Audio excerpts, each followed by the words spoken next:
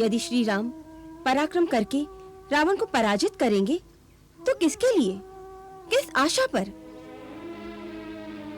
उनका लक्ष्य एक ही होगा ना कि अपनी प्रियतमा सीता को फिर से पा सके। यदि अपने लिए नहीं तो फिर स्वामी के लिए ही तुम्हें जीवित रहना होगा। इसके लिए ही तुम थोड़ा खा लो। लेकिन मैं राजभोग नहीं खा सकती, इस पापी प्रदेश का अन्न ग्रहण नहीं कर सकती। मेरे पति केवल कंदमूल और फल खाते हैं। ये तुमने स्त्री धर्म के अनुकूल बात कही है। मैं तुम्हारे लिए सात्विक कंदमूल का आहार लेकर आऊंगी।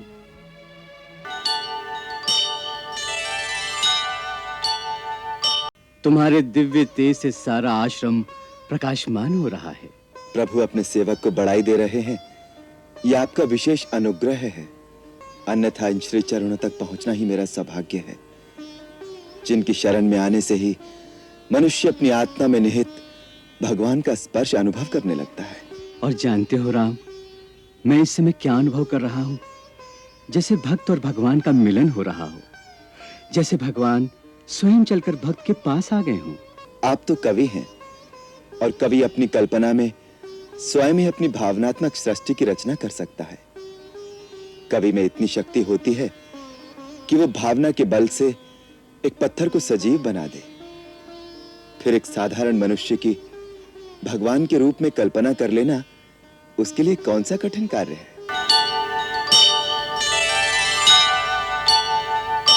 जिस मनुष्य की ये स्थिति हो जाती है कि वो अपने अंदर स्थित भगवत स्वरूप के दर्शन कर सके, वो स्वयं भगवान ही हो जाता है। इस गूढ़ रहस्य को वही जान सकता है जिसे तुम जनवा दो, और जो तुम्हें जान ले वो तुम्हीं में समा जाता है। हे महामुनि, आप प्रेम और भक्ति की परासीमा हैं, जिन्हें कण कण में केवल अपने भगवान ही दिखाई दे रहे हैं।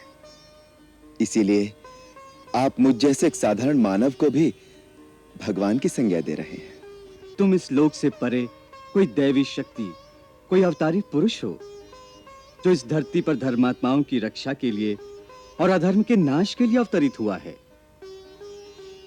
तुम ही मेरे काव्य के नायक हो राम।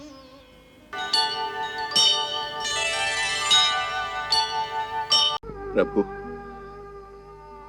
जिस प्रजा के लिए राजा अपना सब कुछ बलिदान कर देता है, क्या वो प्रजा इतनी कृतघ्न और पाषाण हृदय हो सकती है?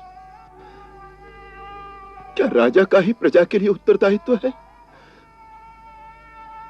प्रजा के लिए राजा के प्रति श्रद्धा या आदर का कोई विधान नहीं?